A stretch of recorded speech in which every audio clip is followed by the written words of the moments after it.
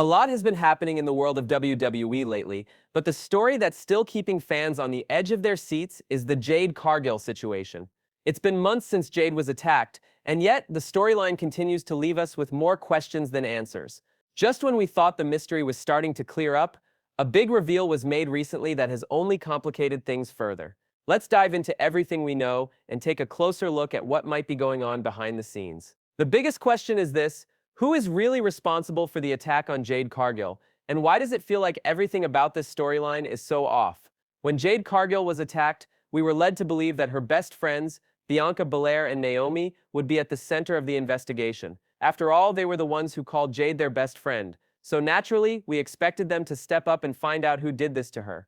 But instead of being the determined, fierce allies we know they are, their actions have been strange to say the least. The initial weeks following Jade's attack were full of talk about investigating and finding the culprit, but as time went on, something didn't sit right. Bianca and Naomi didn't seem all that interested in actually investigating the matter. They kept wearing matching gear, smiling, and performing their usual in-ring routines. Where was the passion for their friend? Why weren't they more invested in finding out who had hurt Jade? What makes this even stranger is the fact that they labeled Jade one of their best friends who would go to the ends of the earth for each other, right? But where was the sense of urgency? Where was the genuine concern? They mentioned investigating at first, but then the whole thing seemed to just fizzle out. There was that one week where Naomi claimed she spoke with Nick Aldis to look into any leads, but that was it. And even that segment felt odd. Naomi mentioned speaking with Nick Aldis, but we never actually saw her in his office. Bianca didn't even go with her to check things out. It was as if it wasn't really happening.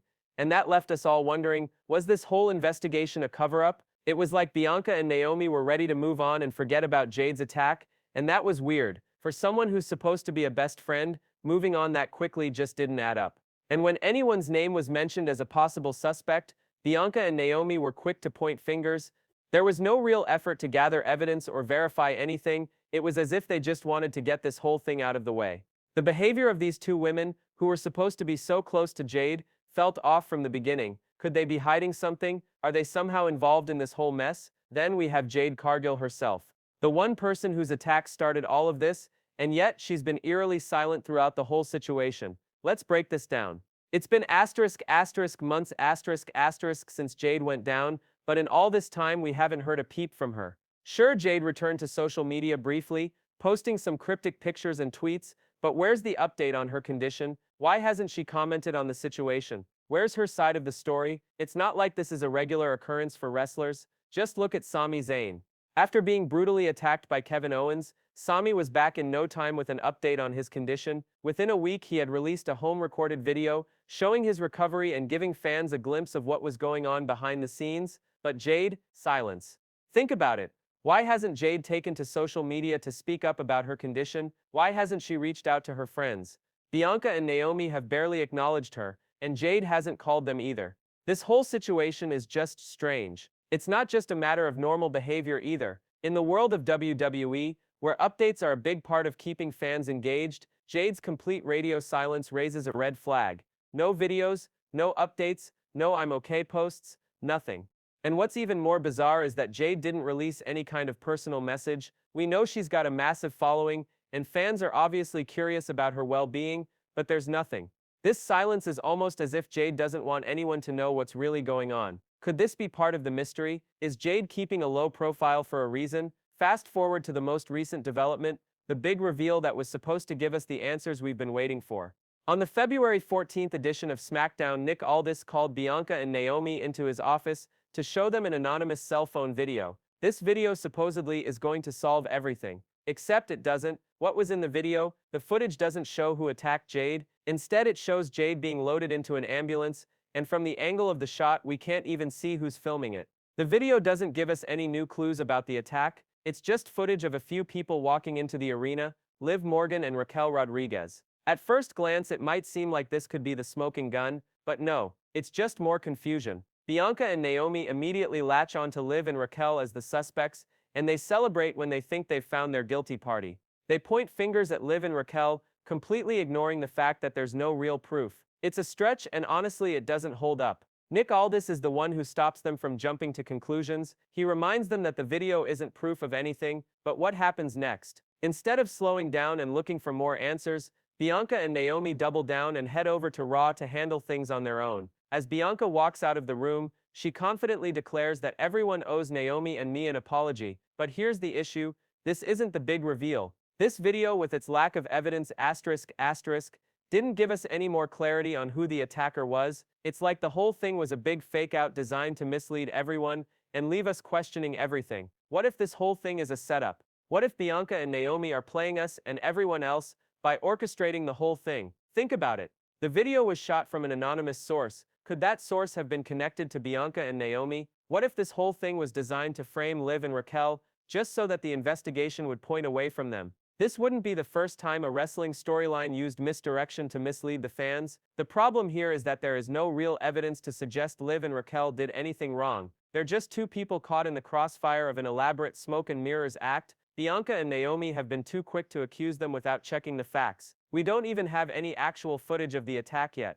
What kind of investigation ends with a video of people walking around? If this were a real police case, the detectives would be questioning the validity of the video because it doesn't prove anything. There's nothing in it that shows who did what, and that's a big problem. Could Bianca and Naomi be working together to cover something up? Are they trying to deflect attention from their own involvement in the attack? Here's where things get really interesting. The storyline between Jade Cargill, Bianca Belair, and Naomi feels eerily similar to a classic WWE storyline from the early 2000s. Does anyone remember the story with Shawn Michaels and Triple H? In that angle, Triple H was hell-bent on finding out who attacked Shawn Michaels. He pointed fingers at everyone only to reveal in the end that Triple H himself was the one who did it. What if this storyline is following that exact same blueprint? Could Triple H, now in charge of creative, be pulling inspiration from his own past? If he is, then we know the twist. The attacker is someone close to Jade. No one else would make sense. Bianca and Naomi are the most likely suspects. As we reach the end of this twisted saga, one thing is clear: the only satisfying reveal is that Jade's best friends are the ones responsible for her attack. It's either Bianca or Naomi, or both. That's the only way this story will pay off in a meaningful way. Anything else would feel like a letdown. And the way everyone's acting right now, it seems like Bianca and Naomi are the ones who need to explain themselves. Their behavior has been too suspicious for far too long. They've done everything to deflect attention from themselves. The fans aren't buying it. They're not convinced that Liv and Raquel are guilty. The only thing that feels right is that Bianca and Naomi have been hiding something from us all along. So, what do you think? Are Bianca and Naomi behind Jade's attack, or is there something bigger going on? Drop your comments below and let's keep the conversation going. This isn't over yet, and we'll keep following this story until the truth is revealed. Thanks for watching. Following AEW Grand Slam Australia on Saturday, WWE Women's World Champion Rhea Ripley and AEW's Buddy Matthews are finally enjoying their honeymoon after getting married in the summer of 2024. Ripley posted pictures of their travels so far on Instagram, even mentioning Matthews' alleged rolled ankle prior to his bout with Kazuchika Okada, the Continental Champion. "We can't be held down by roly-poly ankles. Let the honeymoon begin." Ripley included a heart and sunlight emoji in the caption of the photo carousel. Several selfies of the couple are included in the images, one of which shows Matthews flexing in front of a mirror while holding a crutch beneath his right arm, though he is also seen without one in other images. Since the winner of the Elimination Chamber qualifying matches will compete against Ripley for the Women's World Championship at WrestleMania 41, Ripley is most likely not on WWE on Monday because the couple is celebrating their honeymoon. Raquel Rodriguez will face Roxanne Perez on Monday. A freshly returned Alexa Bliss, Bayley, Naomi, Bianca Belair, and Ripley's rival Liv Morgan have already qualified for the match. After failing to win the Continental Championship in his own nation, Matthews just lost to Okada. After Malachi Black left, Matthews, Brody King, and Julia Hart announced their new Hounds of Hell stable, terminating their tenure as the House of Black just before the defeat. Positive promotions from other Firm stars, such as Will Ospreay, have been sent to all three, informing them that wonderful things are just around the corner.